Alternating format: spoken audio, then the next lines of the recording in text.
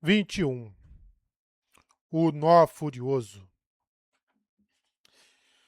Tem me fascinado descobrir o quanto você realizou em Escadrial sem que eu notasse sua presença.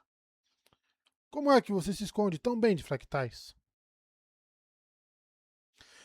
Escolher um traje para o dia era muito parecido com lutar em um duelo. Em ambos os casos, os instintos, e não decisões conscientes, eram a chave para a vitória. A Dolin não costumava se preocupar com o que ia vestir, tampouco planejava cada ataque da espada. Seguia o que parecia certo. Nos dois casos, o verdadeiro truque era se esforçar para moldar seus instintos. Não era possível parar um golpe com memória muscular sem passar anos praticando as manobras. Assim como não era possível confiar nos próprios instintos para escolhas de moda sem passar horas estudando os folhos. Dito isso, de vez em quando seus instintos se calavam. Até ele às vezes hesitava em um duelo incerto. Do mesmo modo, simplesmente não conseguia decidir qual era o casaco correto. Adonis estava parado, usando apenas as roupas de baixo, enquanto segurava o primeiro casaco, o tradicional azul Colin com punhos brancos. Bordado branco ousado, com seus glifos, a torre alta e uma versão estilizada de sua espada nas costas. Tornava fácil avistá-lo em batalha. Também era chato. Ele deu uma olhada no elegante casaco amarelo sobre a cama. Ele o encomendara devido à moda que vira em Colinar. Não podia ser abotoado totalmente e tinha bordados prateados nos flancos, nos bolsos e nos punhos. Raios. A roupa era ousada, chamativa. Um traje amarelo vivo? A maioria dos homens não ficaria bem usando aquilo. A Dolin ficaria. Era só parecer em um banquete usando algo assim para dominar a atenção de todo mundo. Se sua postura fosse confiante, no próximo banquete metade dos homens tentaria imitá-lo. Mas ele não ia para um banquete. Estava de partida para uma missão importante em Shadesmar. Começou a remexer no guarda-roupa novamente. Shala entrou enquanto ele jogava mais 3 casacos na cama. Ela estava usando as roupas de véu, calça, um casaco longo e folgado e uma camisa abotoada. Seguindo a sugestão dele, ela havia substituído a calça e o casaco brancos por uma combinação mais prática de marrom claro e azul. Branco não era tão bom para viagens. Era melhor algo mais robusto, algo que não mostrasse a sujeira. Azul e marrom claro combinavam com o chapéu branco dela, mas a Dolin teria acrescentado uma faixa de couro ao redor da base da cabeça. Apesar das roupas, ela não era véu naquele dia, não com o cabelo ruivo. Além disso, a Dolin geralmente sabia a diferença pela maneira como ela o olhava. Já fazia 3 dias desde que Shallan escolhera os membros da equipe, mas naquele dia eles finalmente ficaram prontos para partir.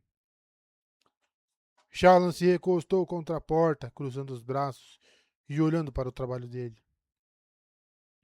Sabe, existem garotas que ficariam com ciúmes de toda a atenção que você dá para uma escolha como essa. Ciúmes? De casacos? Da pessoa para quem você está vestindo casacos. Duvido que você tenha que se preocupar com um grupo de ex-plenos de honra velhos e chatos. Eu não tenho nada com me preocupar em nenhuma situação, retrucou o Shallan. Mas você não está agitado hoje por causa dos ex-plenos de honra. Só vamos encontrá-los daqui a pelo menos algumas semanas. Eu não estou agitado. Estou estrategiando. Ele jogou outro casaco sobre a cama. Não. Muito fora de moda. Não me olhe assim. Já estamos prontos? Padrão foi se despedir de Riso por algum motivo. Falou que era muito importante, mas suspeito que ele entendeu errado alguma piada que Riso fez. Fora isso, está tudo pronto. Só precisamos de você. Ah, piada, sei. Os suprimentos estavam reunidos, o transporte garantido e os companheiros de viagem escolhidos. A Dolin havia se preparado para a viagem de modo rápido e eficiente, e seus baús já estavam carregados. Essas escolhas haviam sido fáceis. Mas o casaco do dia. Então, devo dizer a eles que mais 2 horas ou mais 3 horas? Perguntou o Shalom. Vou descer em 15 minutos, prometeu ele, verificando o relógio fabrial na braçadeira de couro que tinha na van de litera. Então olhou para a Shalom de soslaio. Talvez 30. Vou falar que você vai chegar em 1 hora, concluiu Shalom, sorrindo. Então jogou a bolsa sobre o ombro e foi embora. Adolin pôs as mãos nos quadris e conferiu suas opções. Nenhuma delas era certa. O que ele estava procurando? Espere, mas é claro. Emergiu do quarto alguns minutos depois, vestindo um uniforme que não usava havia anos. Era um traje militar azul Collin, mas com um corte mais relaxado. Embora não estivesse especificamente na moda. Tinha um conjunto estilizado de glifos nas costas e punhos e colarinho mais espesso do que o uniforme padrão. Muitos teriam achado que não passava de um uniforme Collin comum. O próprio Aldorinho o desenhara 4 anos antes. Sua intenção havia sido criar algo que parecesse elegante e ao mesmo tempo satisfizesse os requisitos do seu pai para um uniforme. Ele ficara empolgado com o projeto por semanas. Havia sido sua primeira e única tentativa real de criar um traje. No primeiro dia que Adolinho vestira, Dalinar havia lhe chamado a atenção. Depois disso, o uniforme fora para dentro do baú, deixado de lado, esquecido. O pai provavelmente ainda não aprovaria, mas Dalinar já não aprovava Adolin de modo geral. Então, qual o problema? Ele pôs de volta a braçadeira, prendeu a espada na cintura e foi para o corredor. Então hesitou. Shalland era 1 hora para ele e tinha outra coisa que Adolin queria remover da lista antes de partir. Foi para outra direção e subiu os degraus até o 6º andar. Adolin ficou surpreso ao encontrar uma fila na clínica. O 6º andar não era especialmente populoso, mas pelo jeito as notícias haviam se espalhado. Nenhum dos pacientes à espera parecia desafortunado demais. Crianças com machucados acompanhadas por pais presurosos. Uma fila de mulheres com toses ou dores. Qualquer coisa séria mereceria a atenção de um dançarino de precipícios ou de um sentinela da verdade. Alguns se inclinaram para Adolin quando ele entrou na primeira sala, onde a mãe de Caladin recebia os pacientes e registrava seus sintomas. Ela sorriu para ele, levantando 2 dedos, e acenou para que fosse até o corredor mais além. Adolin obedeceu. A primeira sala por onde passou estava com a porta entreaberta, revelando o pai de Caladin tratando de um jovem. Uma garota da cidade estava ao lado dele, lendo alto as anotações feitas pela esposa de Lirim. A segunda sala do corredor era similar, mas estava vazia. A Dorinha entrou em silêncio e Caladinha apareceu alguns minutos depois, secando as mãos em um pano. Era estranho vê-lo em calças marrons comuns e uma camisa branca abotoada. Na verdade, será que a Dorinha alguma vez vira Caladinha sem uniforme? Para falar a verdade, a Dorinha imaginara que o homem até dormia com aquela coisa.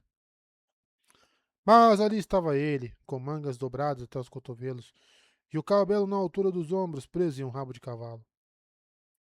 Caladin parou quando o viu.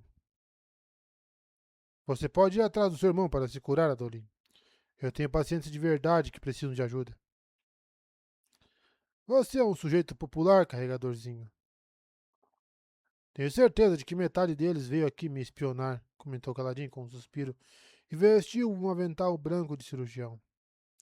Temo que minha notoriedade acabe desviando a atenção do propósito da clínica. Adolin deu uma risadinha. Tome cuidado. Agora que abandonei a posição, você é o solteiro mais cobiçado de Aletcar. Fractário, radiante, donos de terras e solteiro? Eu não me surpreenderia de ouvir que metade das damas do reino de repente começou a vir aqui com enxaquecas. Ele perdeu o fio da meada quando notou a testa franzida de Caladinho. Isso já está acontecendo, não está? Exclamou Adorinha, apontando. Eu Estava me perguntando por que tantos olhos claros começaram a precisar de remédios tão de repente. Pensei que talvez seus cirurgiões particulares tivessem sido recrutados para a guerra. Caladinho olhou para Adolin, então ficou vermelho. Às vezes você é deliciosamente ingênuo, Cal. Precisa aproveitar essa vantagem. Focar nela. Isso trairia a ética de relacionamento entre cirurgião e paciente, retrucou Caladinho, fechando a porta, impedindo que Adolin contasse quantas jovens extremamente bem vestidas havia na sala de espera. Você só veio me atormentar ou há um propósito por trás dessa visita? Eu só vim ver como você estava. Ver como está sendo sua aposentadoria. Caladinho deu de ombros, se virou e começou a arrumar os medicamentos e bandagens na prateleira, onde lanternas de esfera brilhavam com uma pura luz branca. De repente, Sil apareceu ao lado da cabeça de Adolin, formando-se a partir de névoa luminosa, como se fosse uma espada fractal. Está sendo bom para ele, disse ela, inclinando-se mais para perto. Ele está relaxando de verdade pela primeira vez na vida. Não há muitos casos graves, disse Caladinho, de costa para os dois. Pode ser extenuante com tantas pessoas na fila, mas não é tão tenso quanto pensei que seria.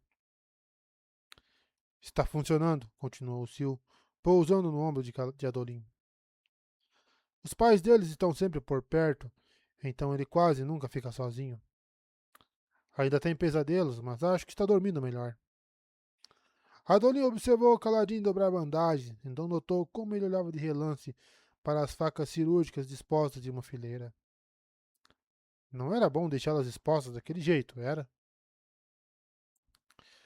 Adolin, antes encostado na porta, fez um movimento súbito e se impertigou, deslizando os pés pela pedra. Caladinho estendeu a mão para as facas de imediato, então olhou para trás e, ao notar que não havia nada de errado, relaxou. Adolin se aproximou e pôs as mãos no ombro dele. Ei, todos nós sofremos com isso. Até eu, Cal. Ele enfiou a mão no bolso e então retirou um disco de metal com cerca de 2 centímetros de diâmetro e entregou a Caladinho. Passei aqui para dar isso a você. O que é? Perguntou Caladinho, pegando o disco. Um lado estava gravado com a imagem de uma figura divina em uma túnica, e o outro mostrava a mesma figura com o equipamento de batalha. Ambas estavam cercadas por estranhos glifos estrangeiros. Em algum momento, o disco havia sido revestido com algum tipo de esmalte colorido que já havia se desgastado quase por completo. Zahel me deu quando terminei meu treinamento. Falou que é da terra natal dele, onde usam essas coisas como dinheiro. Esquisito, né? Disse Adolin. Por que não usam esferas? Talvez não tenham gemas o bastante. Ele é de algum lugar a oeste, mas não parece estrangeiro. Então acho que é da Bavilândia. O destilado pode ser um arauto, comentou Caladinho, estreitando os olhos para os glifos estranhos. O que diz aqui? A guerra é a última opção do Estado que fracassou, leu Adolin, tocando o lado com a figura divina em uma túnica. Ele girou o disco nos dedos de Caladinho, mostrando o outro lado. Mas é melhor do que não ter opções. Zahel me contou que ele sempre se considerou um covarde por treinar soldados. Disse que, se realmente acreditasse em deter a guerra, teria deixado a espada para trás. Então ele me deu o disco e eu soube que ele compreendia. Em um mundo perfeito, ninguém precisaria treinar para a batalha.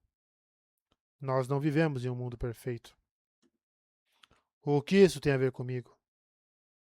Bem, não há vergonha em passar um tempo longe da espada. Talvez, permanentemente. Ainda assim, eu sei que você gosta. Eu não deveria gostar de matar, disse Caladinho em voz baixa. Eu nem mesmo deveria gostar de lutar. Deveria odiar, assim como meu pai. Você pode detestar matar e apreciar a batalha. Além disso, há motivos práticos para não parar de exercitar suas habilidades. Aproveite esses meses para relaxar, mas quando eu voltar, Vamos achar um tempinho para treinarmos juntos de novo, tudo bem? Quero que você veja o que eu vejo nos duelos. Não é uma questão de ferir os outros. É procurar o seu melhor. Eu não sei se algum dia vou pensar como você, disse caladinho, fechando o punho ao redor do disco de metal. Mas obrigado. Vou me lembrar da sua oferta. Adolin bateu no ombro dele, então olhou de relance para Sil. Preciso partir para Shadesmar. Alguma última dica? Tome cuidado, Adolin, disse ela alçando o voo. Minha raça não é como os grãos esprenos. Nós não tomamos a lei, mas sim a moralidade como nossa guia. Isso é bom, não é? Comentou Adolin. É, sim. A menos que você discorde da interpretação de moralidade deles. Minha raça pode ser muito difícil de persuadir com lógica, porque bem, o que nós sentimos frequentemente é mais importante do que o que nós pensamos. Somos esplenos de honra, mas lembre-se, honra é, até para nós, o que os humanos esplenos definem que seja, particularmente depois que nosso Deus morreu. A Dorinha sentiu. Tudo bem, então. Cal, não deixe ninguém queimar a torre enquanto estou fora. Era você quem deveria ter sido o cirurgião, Adolin, não eu. Você se importa com as pessoas, comentou caladinho. Não seja tolo, disse Adolin, abrindo a porta e apontando para as roupas de trabalho de Caladinho. Eu nunca conseguiria me vestir desse jeito. Ele deu uma piscadela e foi embora. Adolin saiu pelo portão da imponente torre de retiro e sentiu o ar gelado do platô. Estava 6 minutos adiantado. Muito útil a maneira como o dispositivo da tia Navani permitia que ele controlasse seu tempo. Se todo mundo tivesse relógios, ele passaria menos tempo em casas de vinho esperando seus amigos chegarem. A ampla planície à frente, lisa demais para ser natural, se estendia como uma estrada para o pico das montanhas ao longe. 10 plataformas perfeitamente circulares se elevavam dos platôs dos lados do platô, com rampas conduzindo a cada uma. Aqueles sacroportais levavam a lugares do mundo todo. Naqueles dias, apenas 4 funcionavam. Os que davam nas planícies quebradas, em Tailená, em Jaqueved e em Azir. Havia um grupo reunido na plataforma que levava as planícies quebradas, mas eles não viajariam para lá. Tratava-se apenas do portal por onde a equipe de Adolin entraria em Shadesmar. Com sua respiração se condensando, Adolin trotou para subir a rampa, onde seus armeiros estavam guardando sua armadura fractal no baú de viagem, acolchoado com palha. Embora aquele material fosse duro como pedra, eles sempre tomavam o máximo de cuidado. Havia certa reverência devida a uma fractal. Ela não vai realizar a transferência, Luminobre, alertou um dos armeiros. Quando o senhor for para Shadesmar, ela permanecerá na plataforma. Já testamos a passagem com várias armaduras. Minha armadura pode agir de modo diferente, argumentou Adolin. Quero ter certeza. Se ela não for transportada, mande-a junto com a do meu pai. Mande-a junto com o meu pai e sua força expedicionária. Ele vai emprestá-la a Fisk para complementar a espada dele. Os armeiros fizeram uma saudação. Ali perto, outros retardatários subiam apressados a rampa até o sacro portal, incluindo a mais recente agente de Shallan, uma aletiana alta com excelente gosto para vestidos. Ela levava uma mochila no ombro, mas ela não ia na viagem, ia. Berilo? Chamou Adolin enquanto ela passava. Não foi Stargyle o escolhido para essa viagem? Ah, Luminobre, disse a olhos escuros. A esposa de Stargyle ficou doente. Ele quer ficar com ela, então decidimos que eu deveria ir no lugar. Hum. Ele assentiu distraidamente enquanto a mulher subia a rampa, apressada. Shallan parecia ter sido bem específico em relação a quem queria levar. Com sorte, aquilo não perturbaria os planos dela. Bem, não havia nada a fazer. Ele se aproximou de um cavalo preto e alto de prontidão. Galante estava cercado pelos cavalaristas de Adolim, que se preparavam para amarrar os equipamentos ao lombo do cavalo, incluindo as damas de Adolim e seu baú de roupas. O animal já devia estar pronto. Adolim foi até o Richardinho e fitou aqueles olhos azul água que, de perto, tinham um tênue torvelinho de cores do arco-íris. O cavalo olhou para as correias de bagagem que os carregadores estavam fixando nas suas costas. Eles precisavam subir em bancos para alcançá-lo. O que foi? Perguntou Adolim. O cavalo bufou, então olhou para as correias de novo. Você acha que, só porque somos da realeza, não temos que trabalhar um pouco? Adolim apontou para o cavalo, fitando-o nos olhos. É como meu pai sempre diz. Nunca hesite em fazer algo que você pediria a outra pessoa para fazer por você. Ele enfiou a mão no bolso e pegou uma palafruta. Aqui. O cavalo virou a cara. Tudo bem. Vou fazer com que coloquem a sela em um dos cavalos comuns, então. Vou deixar você aqui. Galante se virou de volta para Adolim com um olhar rancoroso. Então, relutante, comeu a palafruta e cuspiu o caroço. Adolim acariciou o focinho do animal, então deu um tapinha em seu pescoço. Ali perto, um dos cavalaristas observava, perplexo, até que um dos outros o cutucou. Eu também falo com minha espada, disse Adolim a eles. O engraçado é que um dia ela me respondeu. Nunca hesite em mostrar um pouco de respeito por aqueles de quem vocês dependem, amigos. Os dois cavalaristas se afastaram apressadamente enquanto os dois trabalhadores fixaram as caixas de armadura de Adolim de um lado do cavalo. Obrigado, disse Adolim a Galante, por ficar comigo. Sei que você preferia estar com meu pai. O cavalo bufou, então levou o focinho à mão de Adolim. Richadios escolhiam seus ginetes. Não eram domados ou treinados. Ou o aceitavam ou não. E era muito raro que um deles permitisse dois ginetes. Dalinar adorava seu cavalo, de verdade, mas andava muito ocupado com reuniões ultimamente, e Galante parecia tão infeliz, abandonado, um pouco. E, bem, Adolim tinha que lidar com a própria perda. Então aquela união pareceu natural e se fortaleceu com o passar dos meses. Os cavalaristas terminaram de suspender os baús com a armadura, então prenderam o baú de roupas de Adolim do outro lado. Este não era tão pesado quanto a armadura, então, para equilibrar, um trabalhador se aproximou com uma caixa longa. Adolim o deteve, querendo dar uma última olhada, então se ajoelhou para abrir os ferrolhos e espiou lá dentro. Raios, disse uma voz. Perdão, Luminobre, mas de quantas espadas o senhor precisa?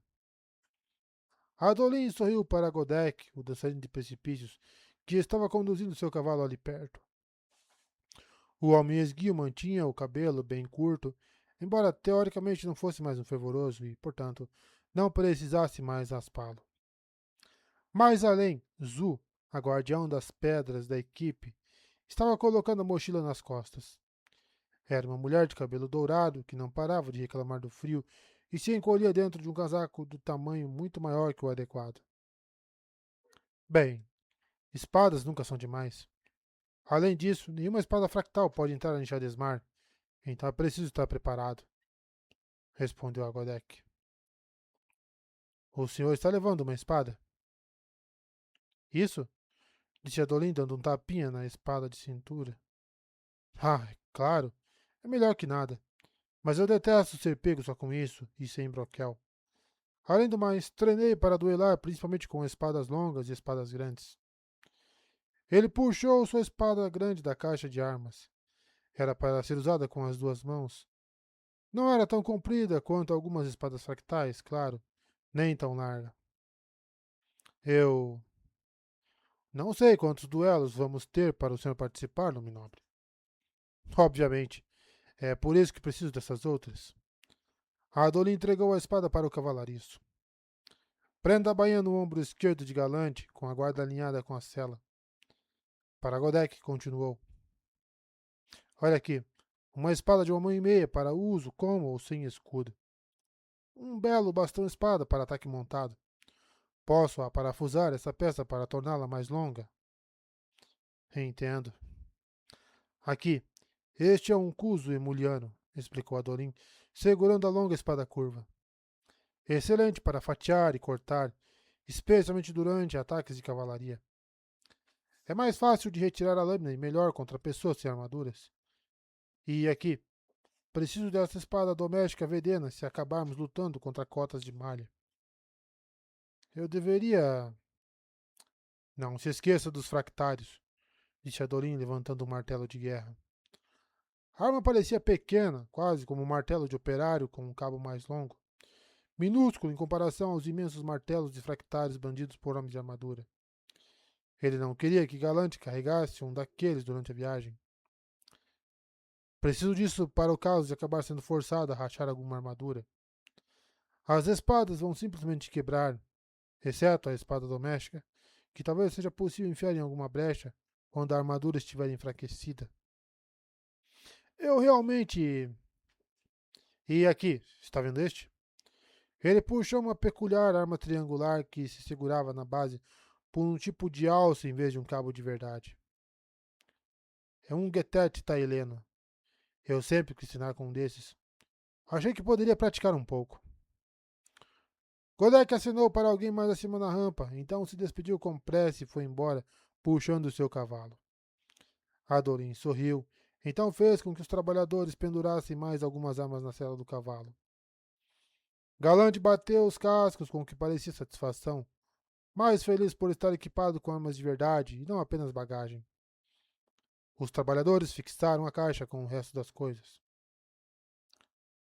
Você parece quase feliz, comentou Zu, aproximando-se tranquilamente com o seu casaco enorme.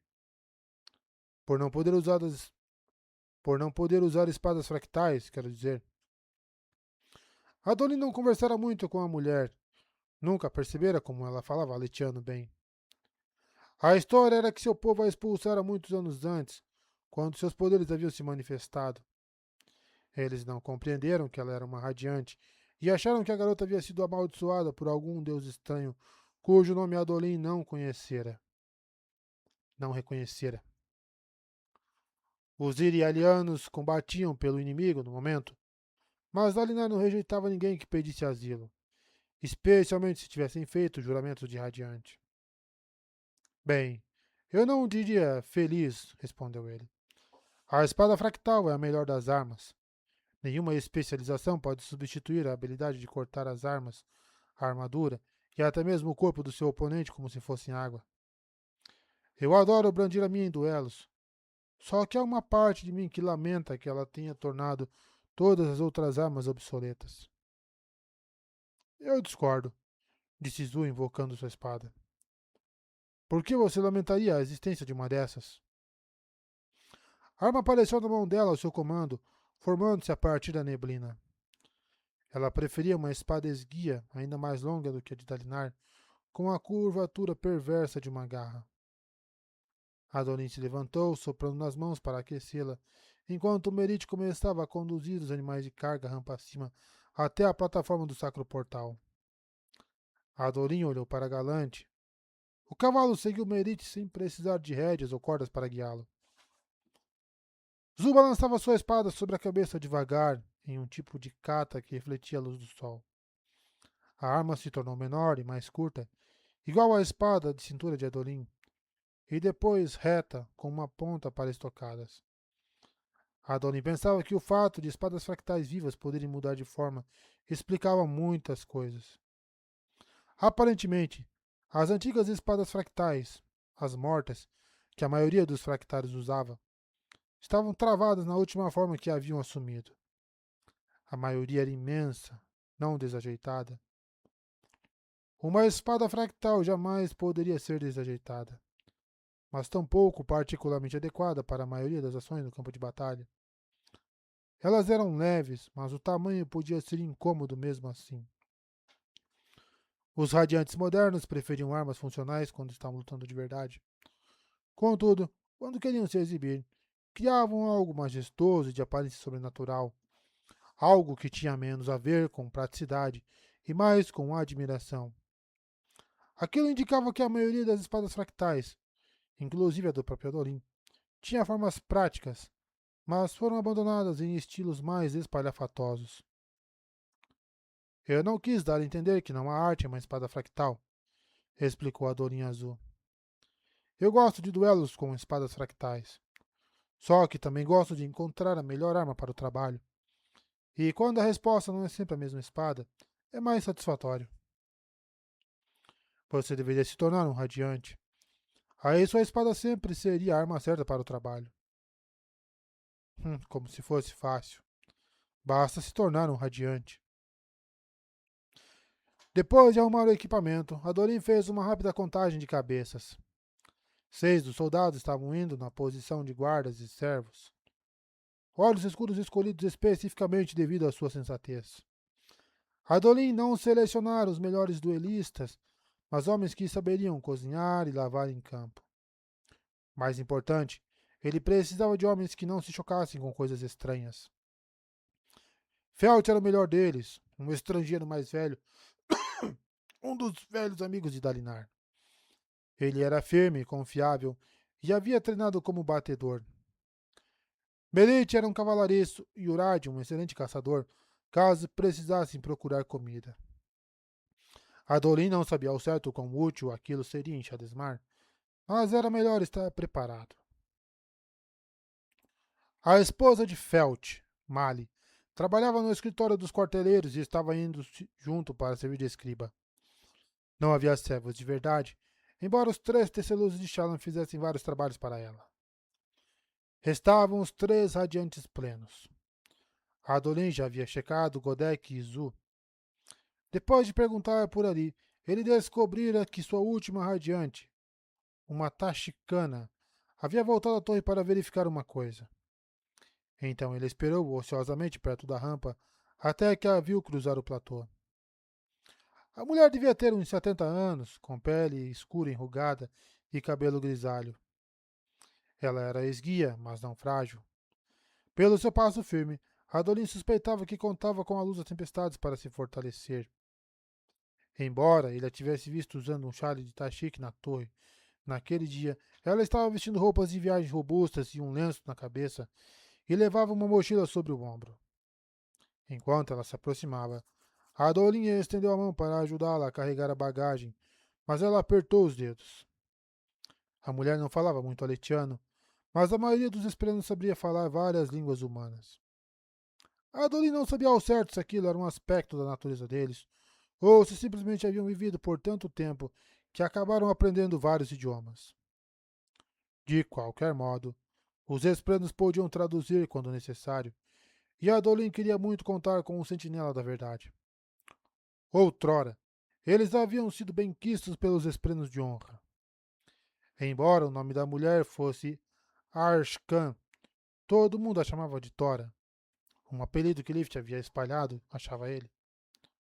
Arshkan mencionara que gostava e a maneira como ela andava, sem se curvar devido à idade, insistindo em carregar as próprias coisas, dava uma boa ideia de onde viera o apelido. Com a chegada dela, a expedição inteira estava presente. Meia dúzia de animais de carga não era muito para 15 pessoas. Em outras situações, ele teria usado aquela quantidade só para transportar a comida, e mais algumas carroças para barris de tempestades que podiam ser acorrentados para capturar água de chuva. Felizmente, o grupo contava com os teceluzes de Shallan para fornecer comida e água via transmutação. Adolin cruzou a plataforma, passando pela rainha, que estava de pé, como sempre, com riso ao seu lado. Ela, Dalinar e Taravangian eram os únicos monarcas na torre naquele dia, e todos haviam ido se despedir da expedição. Jasna estava supervisionando Ishna e Vatá, 2 dos agentes de Shallan, para determinar por conta própria se eles eram capazes. Adolin se demorou enquanto Vatá se ajoelhava ao lado de grande bloco de obsidiana. A pedra vítrea havia sido extraída de Shadesmar e levada para o teste. A mão de Vatá se estendeu para o bloco, e então a estrutura da obsidiana mudou. Em um piscar de olhos, a rocha se transformou em grãos. Mais ou menos. O que Vatá havia feito era um grande aglomerado quadrado de polpa de laves, não as sementes individuais que alguns transmutadores avançados conseguiam fazer. Poderiam cortar fatias e cozinhar até virar mingau. Não era saboroso, mas era farto e saudável. Será que eles sabem o quanto o Jasna os vê como ferramentas? Perguntou-se Adolim. Durante séculos, os dispositivos transmutadores dos aletianos, por mais limitados que fossem, haviam dado ao reino uma vantagem inigualável em batalha. No momento, os TC-Luz estavam transmutando e não pareciam sofrer os mesmos efeitos negativos que os usuários dos dispositivos. Adolin notava os motivos mais profundos porque já havia passado meses treinando Shallan e seus agentes. Embora Shallan quisesse que os membros de sua equipe se tornassem espiões, Jasna parecia achar que os poderes de ilusão deles ocupavam um distante segundo lugar em relação à habilidade de alimentar exércitos. Com sorte, o depósito de dispositivos transmutadores encontrados em Aimia aliviaria um pouco da pressão.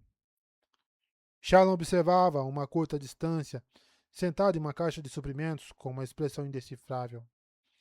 Embora fosse de longe a mais talentosa com as ilusões, suas habilidades com transmutação haviam se mostrado erráticas. A Dolinha havia aparecido nas sessões dela e vira montinhos de grãos apenas às vezes. Em outras ocasiões, ela criava sem querer coisas retorcidas. Chamas, às vezes poças de sangue, e uma vez um cristal translúcido. Depois de 8 meses de tentativas, Jasna havia por fim liberado oficialmente Shallan de sua tutoria. E Shallan de fato merecera a dispensa. Havia comparecido às aulas, memorizado as obras de eruditas e sido uma pupila perfeita. Embora o domínio da transmutação lhe escapasse, ela havia melhorado ao longo do ano. Jasna dispensou os 2 agentes que se apressaram a se juntar aos outros. O próprio Adolin começou a ficar ansioso à medida que todo mundo se reunia ao redor do pequeno edifício no centro da plataforma. Não que tivesse algum motivo para isso. Era só que fazia meses desde que visitara Shadesmar pela última vez. Dalinar foi até o grupo e esperou que todos ficassem em silêncio. Ele queria falar, claro. O pai de Adolin conseguia usar qualquer coisa como desculpa para um discurso inspirador. Eu louvo sua bravura, disse Dalinar. Saibam que vocês representam não apenas a mim, mas toda a coalizão. Vocês estão carregando as esperanças de milhões. O reino que atravessarão será estranho e ocasionalmente hostil. Não se esqueçam de que ele outrora abrigava aliados e que suas fortalezas saudavam os humanos com braços abertos. Sua tarefa é reavivar essas antigas alianças, como reformamos o antigo laço entre as nações. Saibam que deposito em vocês minha total confiança. Nada mal, pensou Adolin. Pelo menos foi curto. Os 6 homens de Adolin comemoraram como esperado. Os radiantes aplaudiram educadamente, o que em geral não era a reação causada pelos discursos inspiradores de Dalinar. Ele continuava a tratá-los como soldados, embora a maioria dos radiantes ali nunca houvesse participado do exército. Shallan eram olhos claros do interior e uma erudita que se tornara espiã. Thor havia administrado um orfanato, e Godek fora um fervoroso.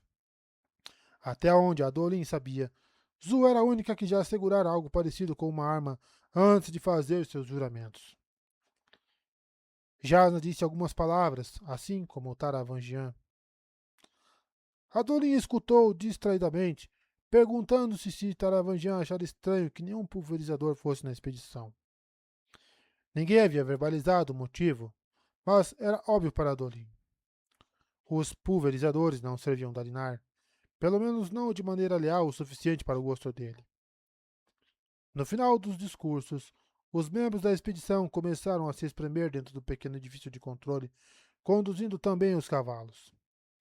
Devia haver alguma maneira de levar todo mundo na plataforma para Shadesmar, mas até então eles haviam se limitado a pessoas no pequeno edifício de controle.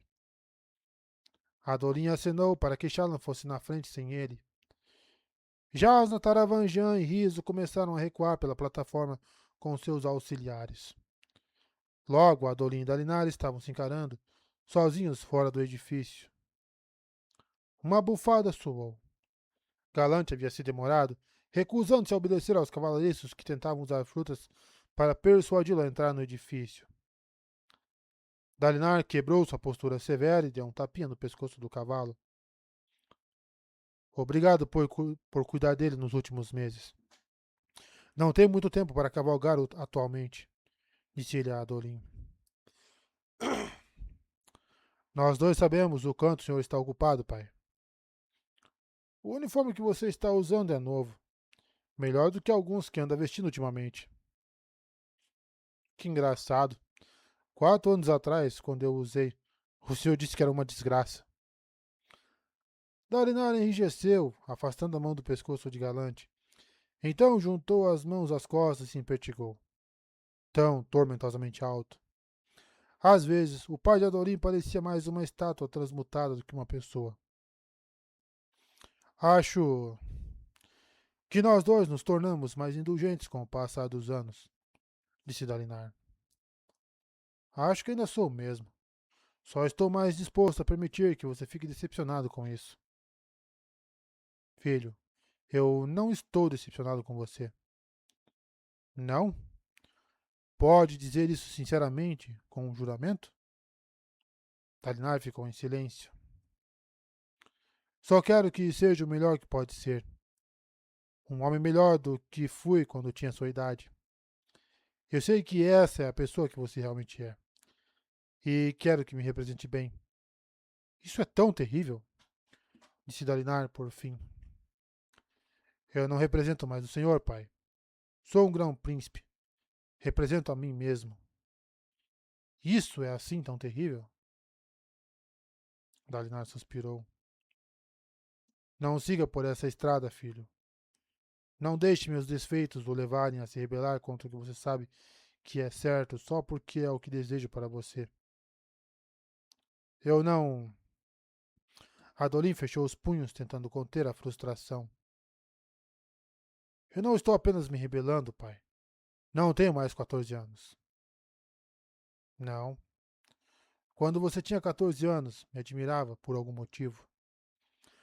Dalinar olhou para as figuras de partida, cada vez menores na plataforma. Você viu o Taravangian lá fora? Sabe como ele vê o mundo? Vale a pena pagar qualquer preço se o objetivo é, no final, digno. Siga-o e você conseguirá justificar qualquer coisa. Mentir para seus soldados? Necessário para que façam o trabalho deles. Acumular riquezas? Você precisa delas para custear metas importantes. Matar inocentes? Tudo para forjar uma nação mais forte. Ele olhou a Dorin de lado. Assassinar um homem em um beco e depois mentir quanto a isso? Bem, o mundo está melhor sem ele. De fato, há muita gente de que o mundo não precisa. Vamos começá-las a eliminar discretamente. Posso até ter assassinado sadias, mas pelo menos nunca matei um inocente. Pelo menos não fiz minha própria esposa morrer queimada, pensou Adolin. Ali estava. O nó furioso no fundo da sua alma, aquele em que não ousava tocar para que não o queimasse. Sabia que Dalinar havia sido um homem diferente naquela época. Um homem que não estava no domínio de suas plenas faculdades, traído, consumido pelo poder de um dos desfeitos. Além disso, Dalinar não havia matado a mãe de Adolin de propósito. Era possível saber dessas coisas sem senti-las. E isso não era algo que se perdoava. Adolin suprimiu aquele nó furioso e não deixou que o dominasse, ignorando os espenos de raiva aos seus pés.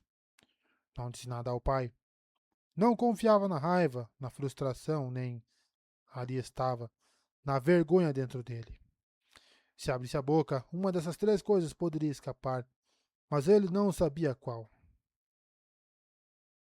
Ou você acredita no mesmo que Taravangian, ou segue por um caminho melhor em que suas ações definem você mais do que suas intenções.